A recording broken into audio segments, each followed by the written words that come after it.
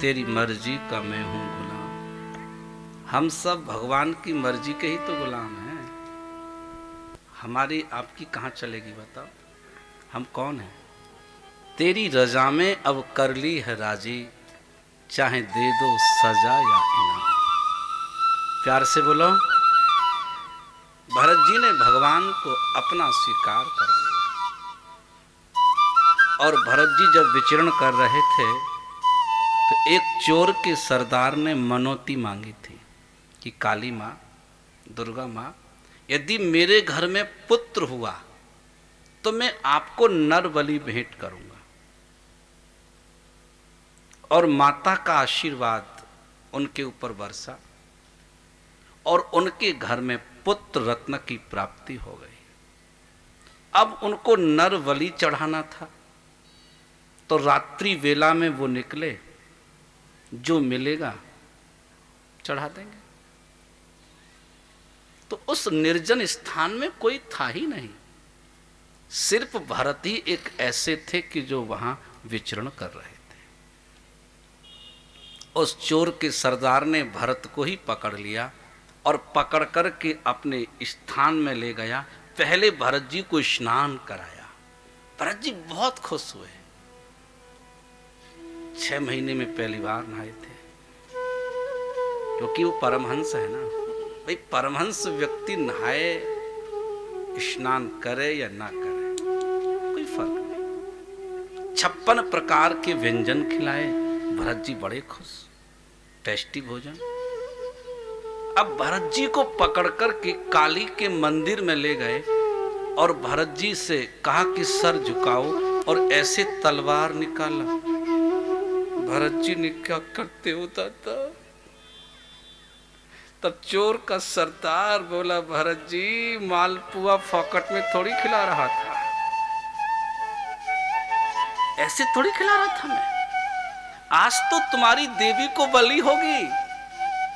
भरत जी ने काली माँ की तरफ देखा और कहा, माँ क्या आप सही में बलि लेती हो? हैं माँ, आज बलि लेती हो तो मुझे स्वीकार करना, और आप यदि बलि नहीं लेती हो तो दुनिया के लोगों को बता देना कि मैं बलि ही नहीं लेती। आज निर्णय माँ तुम्हारा है कि तुम बलि स्वीकार करती हो तो मुझे स्वीकार करना, और नहीं लेती हो तो बताना दुनिया के लोग।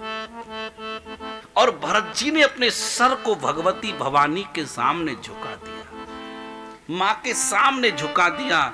मां के सामने जब झुकाया और चोर का जो सरदार था वो तलवार लेकर भरत के सिर पर जैसे ही मारना चाहा, पत्थर की मूर्ति से काली मां प्रकट हो गई।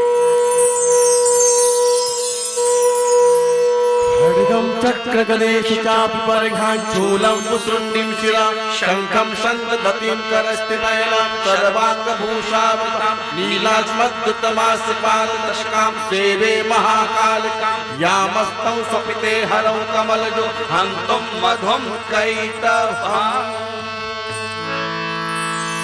जयंती मंगला काली भद्रकाली कपालनी दुर्गा क्षमा शिवा धात्री स्वाहा स्वधा नमोस्तुते।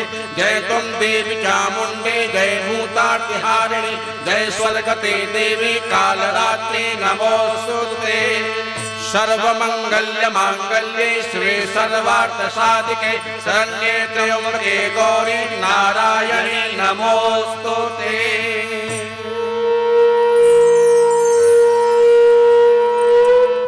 भगवती पत्थर से प्रकट हो गए। चोर के सरदार को ही पकड़ लिया, उसी के सिर को काटा और कुंड में भगवती ने स्वाहा करा। आपको समझ आ गया होगा? समझ गए ना? भगवती कभी भी बलि नहीं लेती। आप यदि ऐसा करते हैं तो धर्म के नाम पर अधर्म का पालन कर रहे हैं। हमारे धर्म में हिंसा का स्थान नहीं है। पता नहीं आप लोगों को किसने बताया कि दुर्गा बलि लेती है। पता नहीं किसने बताया कि दुर्गा बलि से खुश होती है। अभी मैं रायगढ़ कथा करने गया था ये 1 जनवरी में, तो वहाँ चंद्रहासिनी भगवती का बड़ा सुंदर छवि है, तो वहाँ मैं गया तो मैंने देखा कि कुछ लोग नीचे वहाँ पशुओं का वध कर रहे थे। उस देवी का स्वरूप है नारायणी, देवी का स्वरूप है नारायणी, और हम नारायणी स्वरूपा देवी को बलि चढ़ा रहे हैं। आप मुझे बताइए ये पुण्य हो सकता है क्या? नहीं हो सकता। बलि शब्द का संस्कृत में अर्थ समझते हैं आप? बलि माने क्या होता है? बलि माने होता है स्पर्श, एग्जैक्ट अर्थ है आलवन। बलि शब्द का अर्थ क्या है? आलवन, और आलवन शब्द का अर्थ क्या होता है? स्पर्श। यदि तुमने ये कहा है कि माँ हम तुम्हें प्रसन्नता के लिए ये वस्तु भेंट करेंगे, तो आप उसको समर्पित करें और छोड़ दें। खाने का यहाँ कहाँ लिखा हुआ है कि बोकरा भात बना के खाना? ये पढ़ा तो मैं हूं ना। कि आलवन शब्द का स्पर्श क्यों है? मैं आपको और एक उदाहरण दूं। जब हमारी शादी होती है ना, पति पत्नी लोग शादी करते हैं, तो पंडित जी बोलते हैं बर कन्याम हृदयम आलभेत, बर कन्याम हृदयम आलभेत, बर कन्या के हृदय का स्पर्श करे। यदि आलवन का अर्थ मारना होता, बलि का अर्थ मारना होता, तो वहां लिखा होता कि पति पत्नी को मार दे। यदि वो पत्नी को मारेगा तो शादी किसके साथ करेगा फिर? तो बलि शब्द का अर्थ है आलवन, आलवन शब्द का स्पर्श। यदि तुमने कहा कि भगवती मैं तुम्हें बकरा चढ़ाऊंगा, तो आप भेंट करें माता को और उसे मुक्त कर दें। मार कर बोकरा खाना नहीं है। प्यार से बोलो, प्यार से बोलो। आप समझ गए ना? पक्का समझे? अच्छा एक बात बताइए, लोग कहते हैं देवी को मांस चढ़ाओ। मांस, मांस शब्द का हिंदी में अर्थ जानते हैं? मैं बताता हूं आपको। मांस शब्द का अर्थ किसी पशु का वध किया हुआ मांस अर्थ नहीं है। संस्कृत में मांस किसे बोला जाता है जानते हैं? काला वाला जो उड़द होता है ना, उड़द की दाल को मांस बोला जाता है संस्कृत में। माखाश्च मे, तिलाश्च मे, मुतगाश्च मे, खल्वाश्च मे, प्रियंगवश्च मे, नवश्च मे, श्यामाकाश्च मे, नीवाराश्च मे, गोधूमाश्च मे, मसूराश्च मे, तज्येन कल्पान्ताम। इसमें दालों के नाम हैं। मसूराश्च में, तिलाश्च में, मूंग मुतगाश्च में, खल्वाश्च में, धान कूट के खाने वाले, खल्वाश्च में, प्रियंगवश्च में, नवाकश्च में, सीवानाश्च में, गोधूमाश्च में। मांस में माने उड़द का दाल, बढ़िया पानी में गलाकर उसका बड़ा बना करके भगवती को भेंट करो। न जाने किसने बता दिया तुमको कि 9 दिन दुर्गा दुर्गा और 10वें दिन मुर्गा मुर्गा।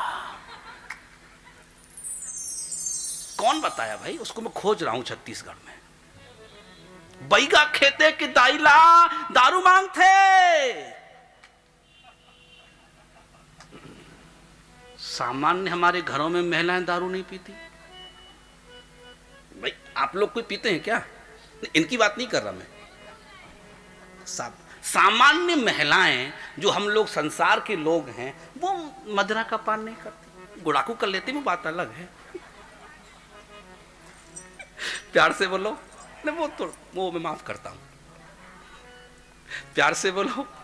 सामान्य महिलाएं भी मदिरा का पान नहीं करती। तो मुझे बताइए भगवती को मदिरा चढ़ाने को किसने कहा? अरे भगवती नहीं मांगती, बैगा मांगते। प्यार से बोलो।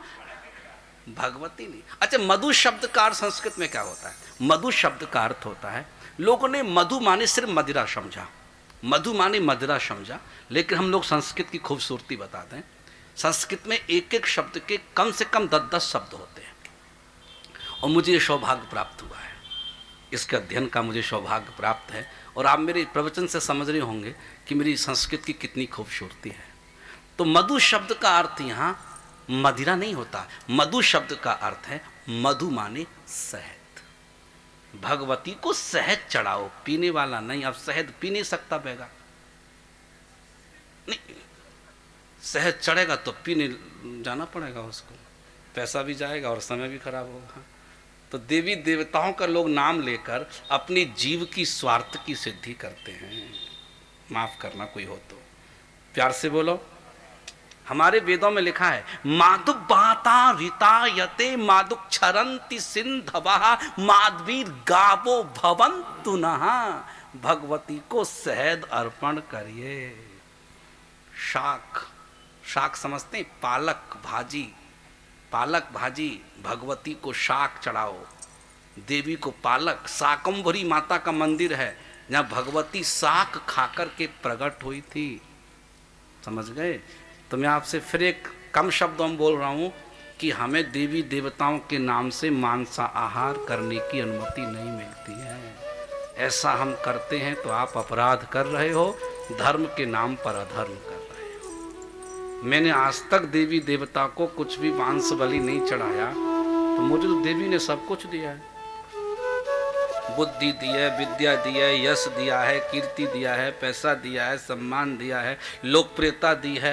तो मुझसे देवी बहुत नाराज हो गई होती?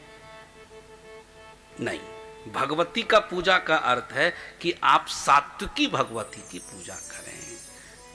उड़द की दाल का बड़ा चढ़ाएं, कुम्भड़ा चढ़ाएं, पालक चढ़ाएं, साग भाजी चढ़ाएं, सिंदूर चढ़ाएं, रोली चढ़ाएं। इस प्रकार का पूजा करें। जवारा बोएं तो मुर्गा मत काटो। ये लोग होते हैं, न जाने कौन लोग ऐसे हैं कि देवी जी का नाम लेते हैं और देवी विसर्जन करने जाते हैं और पीकर जाते हैं और पी के आते हैं। आप ये धर्म नहीं कर रहे, आप मुझे माफ करिएगा, आप कोई धर्म नहीं कर रहे, ये रॉन्ग है, गलत है। भाई हम पूरे साल भर नहीं छोड़ पा रहे तो कम से कम 9 दिन तो भगवती के नाम से छोड़ें। कोई व्रत उपवास में तो हम छोड़ें। कोई तो दिन आप निर्णय कर लो कि आज हम इस आचरण को नहीं करेंगे। तो हमारे शास्त्रों का जो उल्लेख है वो निषेधात्मक भाव में है। और श्रीमद् भागवत में क्या लिखा कि आज भगवती जो काली थी ना प्रकट हो गई और भरत को अपने गले से लगा दिया। मत बजाओ भाई, देवी आ जाएगी। नहीं, आ जाती है, मैंने सुना है ऐसे करके आती है।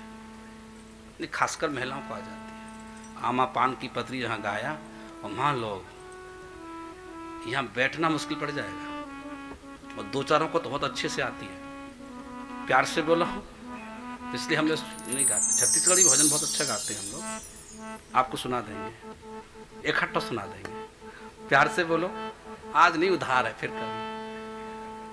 प्यार से बोलो। लेकिन ये कब कन्फर्म है कि मैं ऐसे नहीं जाऊंगा। प्यार से बोलो। भगवती को माता ने गले से लगाया और राजा परीक्षित ने कहा, स्वामी जी बात बताइए, किम नरकः किम स्वर्गः।